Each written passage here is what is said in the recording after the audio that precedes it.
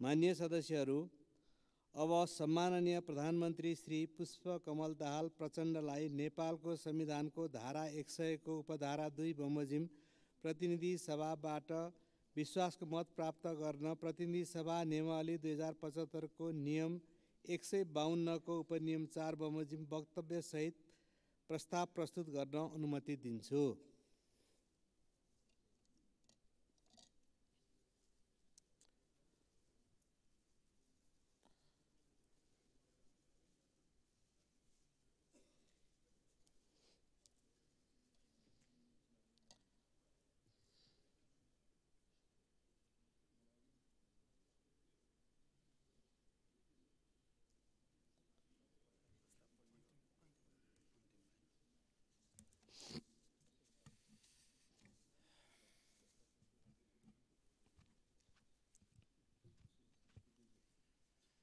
सम्मान्य सभामुख महोदय, सर्वप्रथम म लोकतान्त्रिक नेपालका महान शहीद, बेपत्ता र घाइते योद्धाहरूको त्याग, तपस्या र बलिदानप्रति हार्दिक श्रद्धासुमन व्यक्त गर्दै उहाँहरूका सपना र सङ्कल्प पूरा गर्न निरन्तर क्रियाशील रहने अठोट व्यक्त गर्दछु। 11 पौष 79 मा गठन भएको सरकारलाई पुष 26 गते यो सम्मानित संसदबाट अभूतपूर्व विश्वासको मत प्राप्त भएको थियो। त्यस यता सरकार अर्थतन्त्रको पुनरुत्थान, सुशासनको प्रत्याभूति, विकास निर्माणमा तीव्रता, सेवा प्रवाहमा सरलीकरण, सामाजिक न्यायको प्रवर्धन र राष्ट्रिय हितको अभिवृद्धिका लागि इमानदारीपूर्वक क्रियाशील रहेको यस सम्मानित संसदलाई जानकारी नै छ। यही अवधिमा नेपालको संविधानमा व्यवस्था भए बमोजिम नयाँ राष्ट्रपति र उपराष्ट्रपतिको निर्वाचन अत्यन्तै सौहार्दताका साथ सम्पन्न भएको छ। म उहाँहरू दुवैलाई गरिमामय पदमा नियुक्तिका लागि हार्दिक बधाई सहित सफल कार्यकालको शुभकामना व्यक्त गर्दछु। सभामुख महोदय, फेरि विश्वासको मतका लागि यति छिटै संसदसँग अनुरोध गर्ने अवस्था आउला भन्ने मैले सोचेकै थिइनँ। राजनीतिक स्थिरताको प्रतिबद्धता सहित सरकार गठन गरेका थियौँ। मैले मात्रै होइन, सहयात्री सबै दलका नेताहरूले पनि संसदमा स्थायित्वको वाचा गर्नुभएको थियो। प्रधानमन्त्री र मन्त्रीहरू बीच न ठुला कुनै नीतिगत मतभेद देखिएका थिए, न कार्यशैलीगत मतभेद नै। क्याबिनेट बैठकहरू सधैँ अत्यन्त सौहार्द रहे। व्यक्तिगत सम्बन्धहरू पनि सुमधुर थिए र अहिले पनि छन्। चौतर्फी निराशा र हताशालाई चिर्दै सरकारले एकदमै छिटो जनतामा एक स्तरको आशा जगाएको पनि थियो। तर राष्ट्रिय सहमतिमा राष्ट्रपति चयनका लागि मेरो प्रस्तावपछि अचानक राप्रपा र नेकपा एमालेका मन्त्रीहरूले राजीनामा दिनुभयो र सरकारलाई दिएको विश्वासको मत पनि फिर्ता लिनुभयो। यसरी संविधान त फेरि विश्वासको मत लिन आवश्यक बन्न गयो। सरकार गठनको 2 महिना नपुग्दै विश्वासको मत फिर्ता लिने निर्णयको प्रतिरक्षा निर्णय गर्ने दल र निर्णय गर्ने माननीयहरूले नै गर्नुहोला। यो कति राजनैतिक र जिम्मेवार निर्णय भयो, त्यसको जवाब पनि उहाँहरूले नै दिनुहोला र जनताको पनि आफ्नो मूल्याङ्कन हुने नै छ। तर पनि मलाई के कुरामा खुसी छ भने साथीहरूले आजका दिनसम्म पनि प्रधानमन्त्री र सरकारको यो गलत काम वा निर्णयले गर्दा हामीले विश्वासको मत फिर्ता लिनु पर्यो भन्नुभएको चाहिँ छैन। म सरकार बाहिर रहेका पार्टीहरूलाई समेत जोडेर राष्ट्रिय सहमतिको वातावरण बनाउन प्रयत्नशील थिएँ। तर राष्ट्र सामु स्थिरताको प्रतिबद्धता जनाएका 2 दल नै अस्थिरतातिर अग्रसर हुनु चिन्ताको विषय हो। गठबन्धन सरकार आफै एउटा राजनैतिक साझेदारी पनि हो र यो सरकार पनि त्यस्तै साझेदारी थियो। गठबन्धनका घटक बीच केही वैचारिक राजनीतिक मतभेद थिए, तर हामीले न्यूनतम साझा कार्यक्रम बनाएर सहमतिको आधार तयार गरेका थियौँ र विगतका मतभेदहरूलाई नउठाउने समझदारी गरेका थियौँ। म त्यो प्रतिबद्धतामा कायम रहेँ तर केही पक्षबाट त्यसको पालना भएन।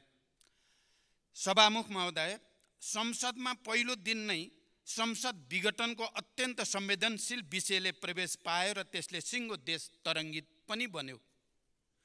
त्यो विषयको उठान न सान्दर्भिक थियो न प्रासङ्गिक नै थियो। देशमा ठुलो संवैधानिक र राजनीतिक सङ्कट निम्त्याएको त्यो कदम कुनै गर्वको विषय थिएन। दुई पटक सम्मानित सर्वोच्च अदालतले नै असंवैधानिक भनिसकेको र संवैधानिक निरूपण भइसकेको त्यस्तो अप्रिय विषयको प्रवेशले गठबन्धनमा अविश्वास मात्र बढाएन, संविधान र लोकतन्त्रको निरन्तरता एवं संसदको स्थायित्वमै प्रश्न चिन्ह खडा गर्यो। मैले दुःखका साथ भन्नुपर्दछ, लगभग सिङ्गो संसदको विश्वासको मत पाएको प्रधानमन्त्रीलाई त्यही संसद विघटनको खुला पक्ष पोषणले ठुलो नैतिक, संवैधानिक र राजनीतिक चुनौती दियो। राष्ट्रिय सहमतिका लागि मेरो निरन्तर प्रयासले पनि गठबन्धनको प्रमुख दलबाट नै समर्थन पाउन सकेन। प्रधानमन्त्रीका रूपमा मैले संसदबाट लगभग राष्ट्रिय सहमतिको समर्थन प्राप्त गरेँ। त्यो ऐतिहासिक समर्थनप्रति कृतज्ञता जनाउन र राष्ट्रका सङ्कटहरूको सामना गर्न पनि मैले राष्ट्रिय सहमतिमै जोड दिनु पर्थ्यो र मैले जोड दिएँ पनि।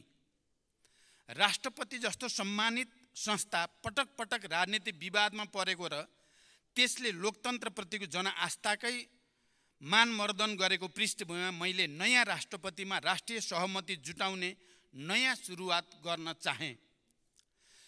संसदको सबैभन्दा ठुलो दलको हैसियतले समझदारीमै नेपाली काङ्ग्रेसलाई राष्ट्रपति दिउँ भनेर मैले नेकपा एमालेका अध्यक्षसँग ठोस रूपमा प्रस्ताव पनि राखेँ।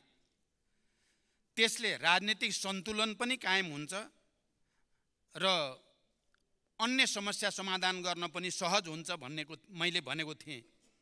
तर परिणाम त्यसमा सहमति हुन सकेन। हामीले सहमतिमा राष्ट्रपति र उपराष्ट्रपति चुन्न सकेनौँ। तर प्रधानमन्त्रीका रूपमा मैले गरेको प्रयास र लिएको अग्रसरतामा कुनै खोट थिएन।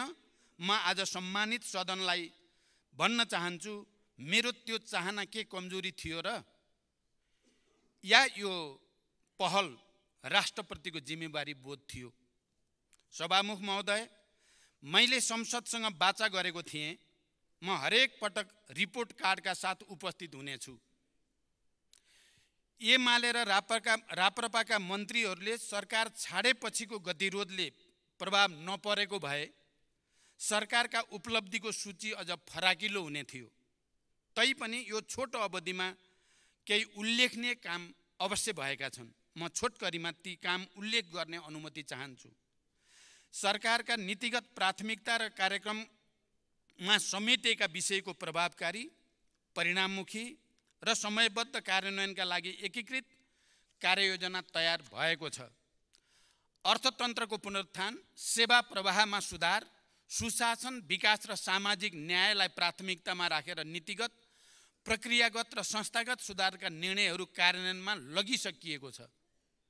यसैको परिणामस्वरूप केही आर्थिक परिसूचकहरूमा सकारात्मक नतिजा देखा पर्न थालेको छ। अर्थतन्त्रको बाह्य क्षेत्र सुधारको क्रममा छ। तरलता सङ्कुचनको स्थितिमा सुधार आएको छ। विदेशी मुद्रा सञ्चिति, विप्रेषण आप्रवाह, पर्यटन आगमन आदि क्षेत्रमा उत्साहजनक प्रगति देखिएको छ। ब्याज दर घट्दै गएको छ। सरकारी खर्चमा मितव्ययता काम गर्न अनावश्यक खर्च कटौती तथा प्राथमिकता प्राप्त क्षेत्रमा स्रोतको कमी हुन नदिने गरी बजेटको पुनर्विन्यासको काम सुरु भइसकेको छ। खर्च नियन्त्रणका लागि अत्यावश्यक बाहेक मन्त्री र उच्चपदस्थ कर्मचारीहरूलाई विदेश भ्रमणमा रोक लगाइएको छ। बढ्दो व्यापार घाटालाई नियन्त्रण गरी निकासी प्रवर्धन तथा आयात व्यवस्थापनका लागि नयाँ नेपाल व्यापार एकीकृत रणनीतिक कार्यान्वयनमा ल्याइएको छ। संसारभरिका हाम्रा कूटनीतिक र आर्थिक नियोगहरूलाई वैदेशिक लगानीका लागि परिचालनको सुरुवात गरिसकिएको छ। सम्भावित ठुला लगानीकर्तासँग प्रधानमन्त्रीकै तहमा अग्रसरताका लागि आवश्यक गृहकार्य भइरहेको छ। सार्वजनिक सेवामा गुणस्तर देखिने गरी सुधार गर्न सुरु गरिएको छ। राहदानी, राष्ट्रिय परिचय पत्र, सवारी चालक अनुमति पत्र, नो अब्जेक्सन लेटर लगायतका सेवाहरूमा जनताको कष्टपूर्ण लाइन पछिल्ला दिनमा निकै नै कम भएको छ। सेवाग्राहीको बढी भिडभाड हुने राहदानी विभाग, कन्सुलर सेवा विभाग, वैदेशिक रोजगार विभाग जस्ता सरकारी कार्यालयहरूबाट प्रवाह हुने सेवालाई छिटो छरितो, विश्वसनीय र सहज बनाउन अनलाइन सेवाग्राही सहायता कक्षको व्यवस्था, सीसीटीभी क्यामेराहरूको जडान, अनुगमन र निगरानीको व्यवस्था सुरु गरिएको छ। नागरिकलाई सम्बन्धित जिल्लाबाट नै राहदानी छिटो छरितो तवरले पाउने व्यवस्था मिलाइएको छ। राष्ट्रिय परिचय पत्र हाल 14 जिल्लाका 15 स्टेसनहरूबाट वितरण गर्ने काम सुरु भएको छ। राष्ट्रिय परिचय पत्र आवेदन अभियान 45 जिल्लामा सम्पन्न भई हाल 17वटा जिल्लामा सञ्चालन भइरहेको छ। स्थानीय तहका कुल 6665 वटा ओडाबाट अनलाइन प्रणाली मार्फत व्यक्तिगत घटना दर्ता सुरु गरिएको छ। कोभिड महामारी, रुस युक्रेन युद्ध र विश्व अर्थतन्त्रको शिथिलता जस्ता बाह्य कारण र आन्तरिक संरचनागत समस्याका कारण सङ्कटग्रस्त अर्थतन्त्रमा देखा परेका समस्याहरूलाई समाधान गर्न सरकारद्वारा चालिएका कदमबाट केही क्षेत्रमा सकारात्मक नतिजा देखिएका छन्। तर पनि अर्थतन्त्रका संरचनागत र प्रणालीगत कमजोरी र नीतिगत त्रुटि सच्याउन अझै बाँकी छ। शोधान्तर समस्यालाई दिगो रूपमा समाधान गर्न आन्तरिक उत्पादन वृद्धिको विकल्प छैन। त्यसका लागि अल्पकालीन र मध्यकालीन कदम चालिँदैछ। कृषि, पशुपन्छी पालन र वन्यजन्तु उत्पादन सम्बन्धी हालका कार्यक्रमहरूको पुनर्संरचना र नयाँ कार्यक्रम कार्यान्वयनमा लगिँदैछ। लघु, साना, मझौला र ठुला उद्योगहरूको पूर्ण क्षमतामा सञ्चालन, लागत न्यूनीकरण र बजारीकरणमा सहयोग गरी औद्योगिक उत्पादन वृद्धिलाई प्रोत्साहन गरिँदैछ र पर्यटकको सङ्ख्या, बसाइ र खर्च बढाउन विशेष कार्यक्रम ल्याइएको छ। हाम्रो युवा जनसङ्ख्याबाट जनसाङ्ख्यिक लाभ लिन मुलुकभित्रै रोजगारीको व्यवस्थाका लागि हाल सञ्चालनमा रहेका रोजगारी सम्बन्धी संस्था, आयोजना तथा कार्यक्रमहरूलाई एकीकरण र पुनर्संरचना गरी नतिजामुखी बनाउने पहल गरिएको छ। वैदेशिक रोजगारीमा रहेका नेपाली नागरिकहरूको सुरक्षा, पारिश्रमिकको सुनिश्चितता, सङ्कटमा पर्दा तत्काल उद्धार सरकारको प्राथमिकतामा छ। तस्करी, न्यून विकेन्द्रीकरण, राजस्व छली, हुन्डी, विदेशमा अवैध कारोबारमा लगानी तथा पुँजी पलायनलाई नियन्त्रण गर्न निर्णायक हस्तक्षेपको तयारी गरिएको छ। औपचारिक माध्यमबाट रेमिटेन्स पठाउने नागरिकलाई थप प्रोत्साहन दिइँदैछ। गत आर्थिक वर्षमा झन्डै 3 खरब बराबरको शोधान्तर घाटा र पुँजीगत खर्चमा न्यूनताले वित्तीय प्रणालीमा तरलता अभाव, उच्च ब्याजदर र कर्जा अभाव जस्ता समस्या जन्माए। अब शोधान्तर सकारात्मक भएसँगै तरलता र ब्याजदरमा पनि क्रमिक सुधार देखिएको छ। सहकारी संस्थाहरूका विकृति र विसङ्गतिको दीर्घकालीन समाधानका लागि तत्काल उच्चस्तरीय अध्ययन समिति गठन गरिँदैछ। समग्र लघुवित्त क्षेत्रमा नियममा सुधारका लागि नेपाल राष्ट्र ब्याङ्कले चाल्ने आवश्यक कदममा सरकारले सहयोग गर्दैछ। लक्ष्यभन्दा माथि पुगेको मुद्रास्फीति दर घटाउन सरकारले यसबीचमा चालेका कदमहरूका कारण आगामी दिनमा मूल्य वृद्धिको ठुलो चाप भोग्न नपर्ने विश्वास म यो सम्मानित संसदलाई दिलाउन चाहन्छु। निजी क्षेत्रसँगको सहकार्यमा अर्थतन्त्रमा देखिएका समस्याहरू समाधान गर्दै चुनौतीको सामना गर्न सरकार दृढ प्रतिबद्ध छ। निजी क्षेत्रको विश्वास र साझेदारी बिना समृद्धिको लक्ष्यमा अपेक्षित सफलता हासिल गर्न सकिन्न भन्नेमा म प्रष्ट छु र मैले पहिलो क्याबिनेटदेखि नै यो विषयमा जोड दिँदै आएको छु। त्यसका लागि नीतिगत र व्यवहारिक सुधारका लागि पनि सरकार प्रतिबद्ध छ। सभामुख महोदय, विगतमा पटक पटक अध्यादेश जारी गर्ने, फिर्ता गर्ने, फेरि जारी गर्ने, तर त्यसलाई संसदबाट स्वीकृत भने नगर्ने गलत शैलीका कारण संवैधानिक परिषदको बैठक बोलाउने र निर्णय गर्ने सम्बन्धमा कानुनी शून्यताको अवस्था छ। सोही कारणले देशको न्यायपालिकाको नेतृत्व र अन्य महत्त्वपूर्ण संवैधानिक नियुक्तिहरू हुन सकेका छैनन्। यो शून्यतापूर्ण सरकारले संवैधानिक परिषद, काम कर्तव्य अधिकार र कार्यविधि सम्बन्धी पहिलो संशोधन ऐन 2079 सम्बन्धी विधेयक सङ्घीय संसदमा पेश गरिसकेको छ। साथै सम्पत्ति शुद्धिकरण, निवारण तथा व्यावसायिक वातावरण प्रवर्धन सम्बन्धी ऐनमा समसामयिक संशोधन गर्न बनेको विधेयक पनि पेश भइसकेको छ। यसैगरी नेपालको संविधानको धारा 53 तथा सुशासन व्यवस्था तथा सञ्चालन ऐन 2064 बमोजिम नेपाल सरकारको आर्थिक वर्ष 78-79 को प्रतिवेदन तयार गरी सम्माननीय राष्ट्रपति समक्ष पेश गरिसकिएको छ। ऐतिहासिक विस्तृत शान्ति सम्झौता र नेपालको आन्तरिक संविधानको मर्म बमोजिम 71 सालमै ऐन जारी भयो। बेपत्ता पारेका व्यक्तिको छानबिन सम्बन्धी र सत्य निरूपण तथा मेलमिलाप सम्बन्धी दुईटा अलग अलग आयोग सोही वर्ष गठन पनि भए। तर विविध कारणले अहिलेसम्म शान्ति प्रक्रियालाई तार्किक निष्कर्षमा पुर्याउने काम भने पुरा भएको छैन। वर्तमान सरकार अविलम्ब यो प्रक्रिया टुङ्ग्याउन चाहन्छ। सोही अनुरूप अन्तर्राष्ट्रिय मानवाधिकार तथा मानवीय कानुन, सङ्क्रमणकालीन न्यायका मान्य सिद्धान्त, पीडित तथा सरकारवालाबाट प्राप्त सुझाव र सम्मानित सर्वोच्च अदालतको आदेश समेतका आधारमा सरकारले बेपत्ता पारिएका व्यक्तिको छानबिन, सत्य निरूपण तथा मेलमिलाप ऐन 2071 लाई संशोधन गर्न बनेको विधेयक तयार गरी सम्मानित संसदमा पेश गरिसकेको छ। यो कुनै दल विशेषको मुद्दा वा सरकारको विषय नभई देशले समाधान गर्नुपर्ने राष्ट्रिय विषय हो। शान्ति प्रक्रियाका बाँकी काम र सङ्क्रमणकालीन न्यायलाई चाँडै टुङ्ग्याउने विषयलाई सरकारले उच्च प्राथमिकतामा राखेको छ। सभामुख महोदय, सरकार नेपालको विकासको नयाँ मोडेलको तयारीमा छ, किनकि हालसम्मका योजनाबद्ध विकासका प्रयासबाट भौतिक पूर्वाधार निर्माण, शिक्षा, स्वास्थ्य, लैङ्गिक समानता, समावेशिता जस्ता क्षेत्रमा उपलब्धि हासिल भए पनि उत्पादन र रोजगारीको क्षेत्रमा हाम्रो प्रगति निराशाजनक छ। संविधानले समाजवाद उन्मुख आर्थिक प्रणाली निर्माणको परिकल्पना गरे पनि हाम्रा नीति र कार्यक्रमहरूमा ठुलो विरोधाभास छ। पूर्वाधारको व्यवस्थाबाट विकासको ढोका खोल्ने, त्यस्ता सुविधा पुगेका ठाउँमा उद्योगहरू खुल्ने, कृषिको आधुनिकीकरण हुने र त्यसबाट समग्र उत्पादन तथा रोजगारी बढ्ने विश्वास गरिन्छ। तर हामीले त्यस्ता पूर्वाधार पुर्याएका गाउँहरू बचाइसकेका कारण त्यस्ता पूर्वाधार पुर्याइएका गाउँहरू बसाइसराएका कारण रित्तिँदै गएका छन्। खेतीयोग्य जमिन बाँझो हुँदै जान थालेका छन् र युवाहरू रोजगारीको लागि विदेशिने क्रम घटेको छैन। यो अवस्थाबाट पार पाउन पहिले कार्यान्वयन गरिआएका नीति, योजना र कार्यक्रममा टालटुल गर्ने सुधार अब सम्भव छैन। क्रम भङ्ग नै जरुरी छ भन्ने सरकारको विश्वास छ। त्यसैले 16औं विकास योजनामा विकासको नयाँ मोडेल पेश गर्ने सरकारको तयारी रहेको छ। आगामी आर्थिक वर्षको बजेटमा खर्च कटौती अनि उपलब्ध स्रोतको अधिकतम उपयोग हुने क्षेत्रमा बजेट विनियोजनमा जोड दिइँदैछ।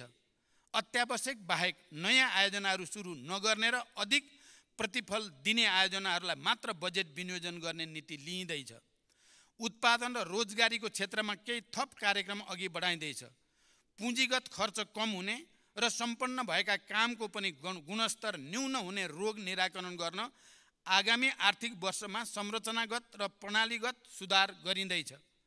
यस कदमबाट बजेटको आकार सानो भए पनि आगामी वर्ष पुँजी निर्माण र आर्थिक क्रियाकलापमा वृद्धि गर्ने कार्यमा उल्लेखनीय प्रगति हासिल हुनेछ र त्यसपछिका वर्षहरूमा उच्च आर्थिक वृद्धिको आधार तयार हुनेछ भन्ने हाम्रो विश्वास छ।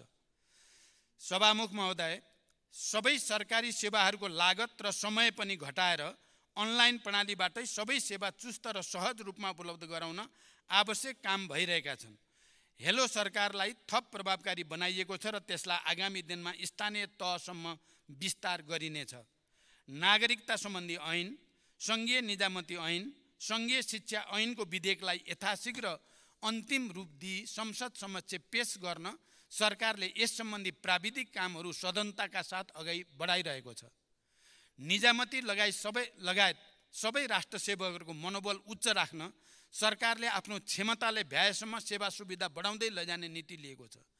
यस क्रममा उच्चस्तरीय तलब सुधार आयोगले पेश गरेको अध्ययन प्रतिवेदनले औँल्याएका विषयहरूलाई कार्यान्वयनमा ल्याउन प्रधानमन्त्री तथा मन्त्री परिषदको कार्यालयका सचिवको संयोजकत्वमा 7 सदस्यीय कार्यान्वयन सहजीकरण समिति गठन भएको छ।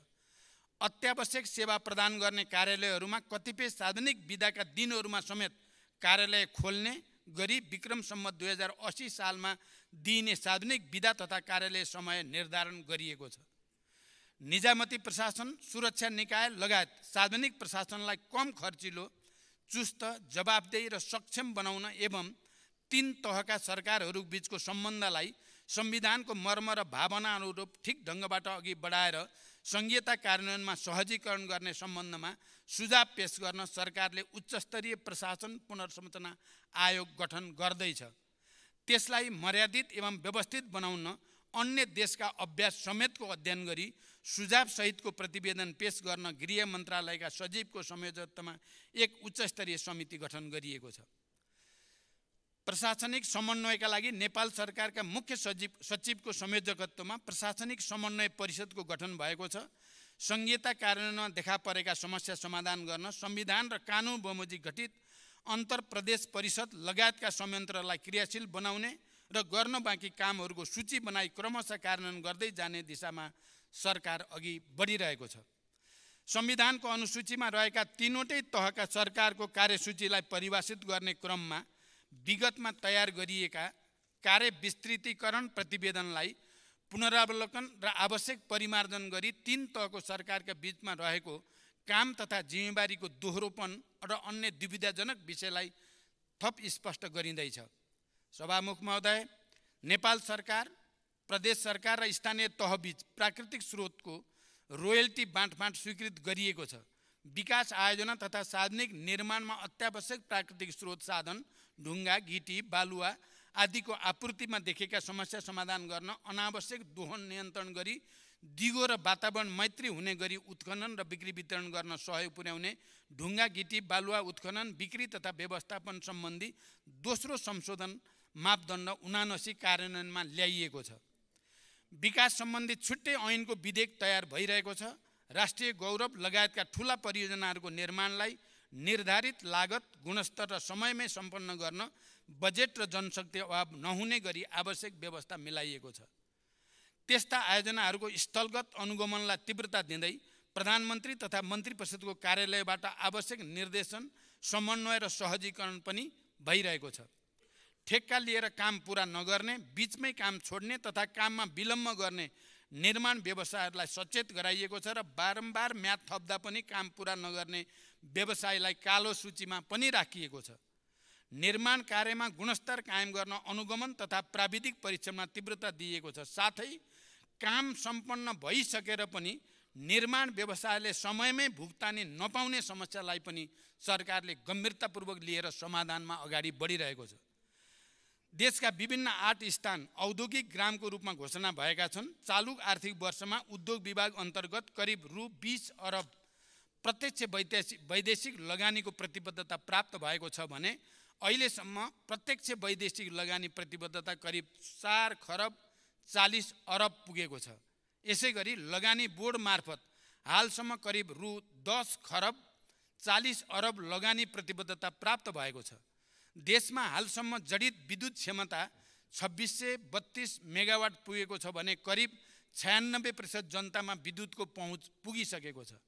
आगामी आर्थिक वर्षभित्र 100% जनताको बिजुलीमा पहुँच हुनेछ। स्वदेशमा आन्तरिक खपत बढाउँदै बचत हुने विद्युत छिमेकी देशहरूमा निर्यात गर्न पनि सरकारको विशेष प्राथमिकतामा छ।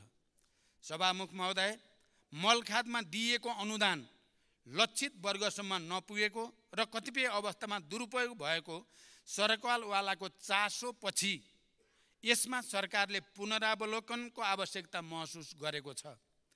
तर पर्याप्त गृह कार्यपछि मात्रै यस विषयमा आवश्यक निर्णय गर्ने गरी आजको क्याबिनेटले हाललाई पुरानै व्यवस्था कायम रहने निर्णय गरेको सम्मानित संसदलाई जानकारी गराउन चाहन्छु। हरेक वर्ष किसानले दुःख पाउने विडम्बनापूर्ण अवस्था अन्त्य गर्दै यस वर्ष समयमै पर्याप्त मात्रामा मलखाद आपूर्ति सुनिश्चित गरिएको छ। उखुको न्यूनतम खरिद मूल्य प्रति क्विन्टल रु 540 कायम गरिएको छ भने गहुँको न्यूनतम खरिद समर्थन मूल्य प्रति क्विन्टल रु 3351 निर्धारण गरिएको छ। कृषकको माग सम्बोधन गर्दै दुधको नयाँ न्यूनतम खरिद मूल्य प्रति लिटर रु 65 निर्धारण गरिएको छ।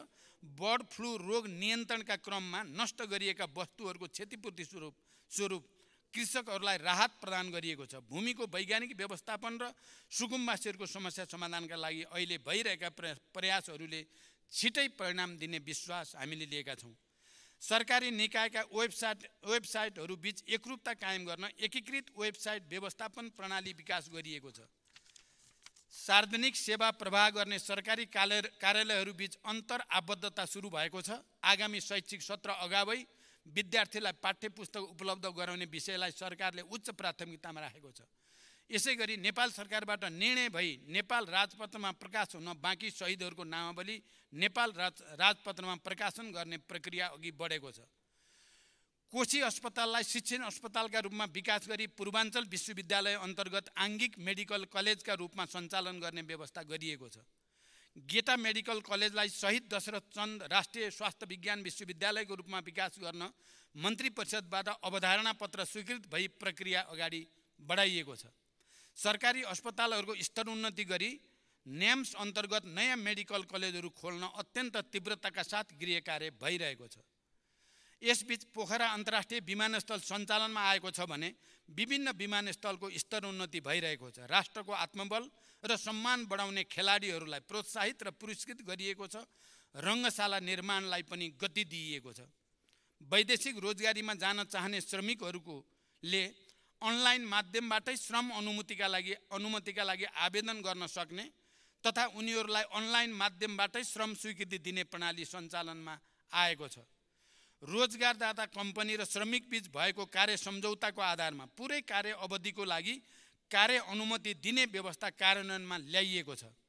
वैदेशिक रोजगारीमा रहेका श्रमिकहरूले श्रम अनुमतिको अवधि समाप्त भएपछि नेपाल नआइकनै सम्बन्धित देशमा नेपाली राजदूतावासहरूबाट नै पुनः श्रम स्वीकृति लिन सक्ने व्यवस्था प्रारम्भ गरिएको छ र यो व्यवस्थाबाट लाखौँ नेपालीहरू लाभान्वित हुने विश्वास लिएको छ।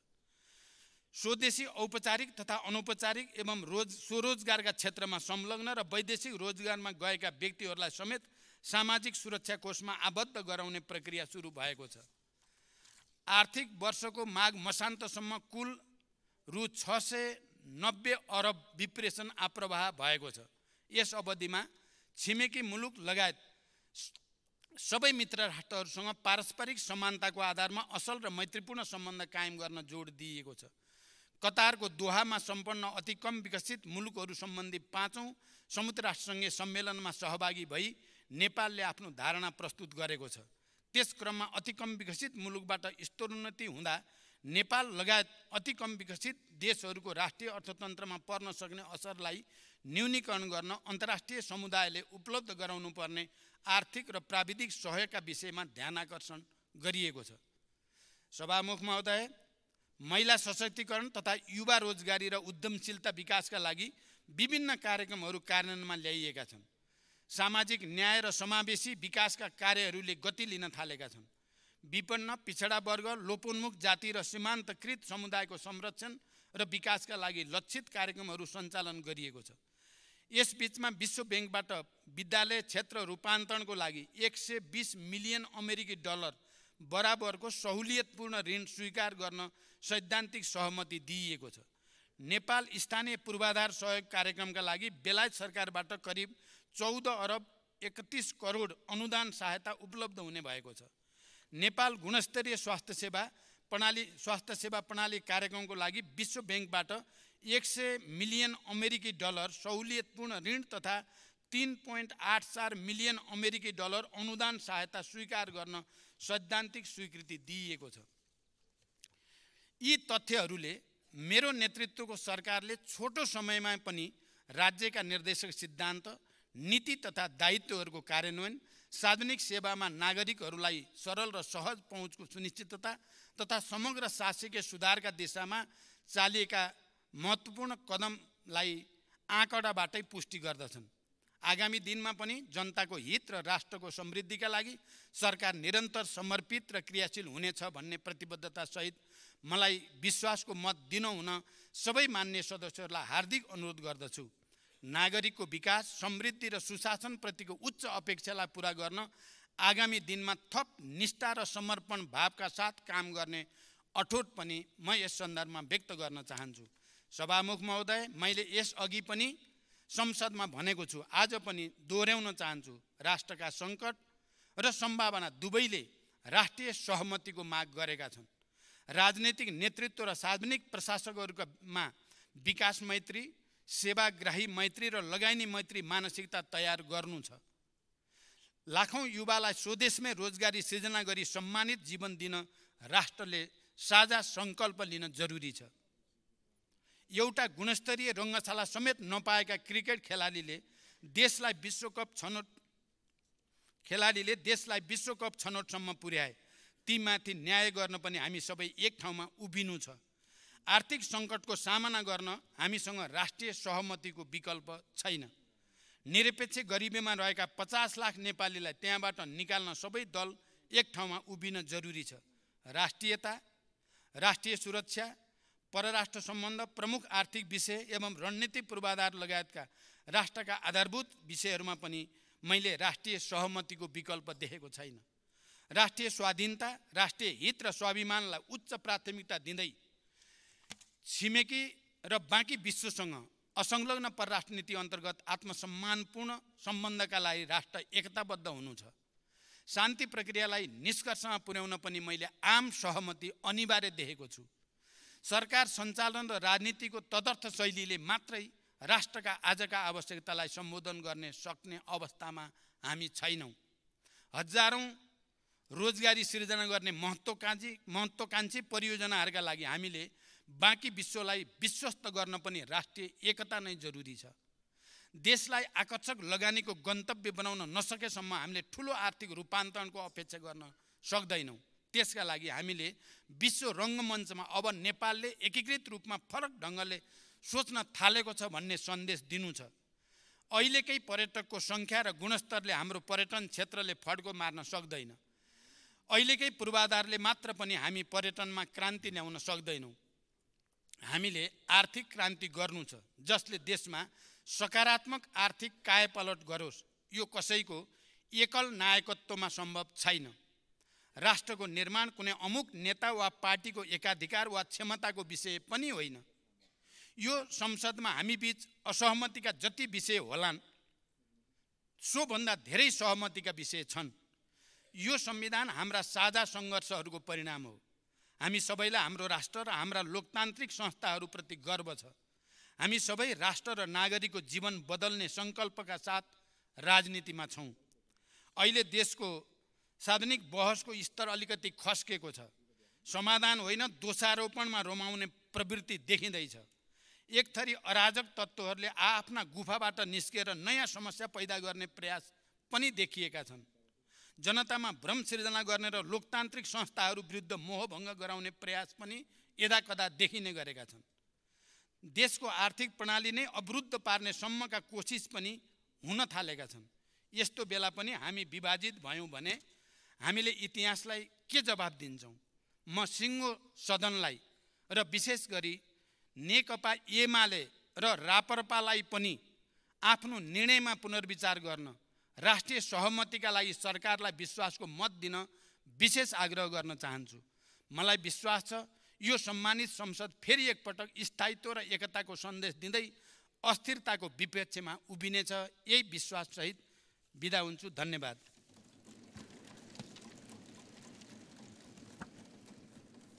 अन्त्यमा सम्माननीय सभामुख महोदयको अनुमतिले नेपालको संविधानको धारा 100 को उपधारा 2 बमोजिम प्रतिनिधि सभाबाट विश्वासको मत प्राप्त गर्न प्रतिनिधि सभा नियमावली 2075 को नियम 152 को उपनियम 4 बमोजिम प्रस्ताव प्रस्तुत गर्दछु।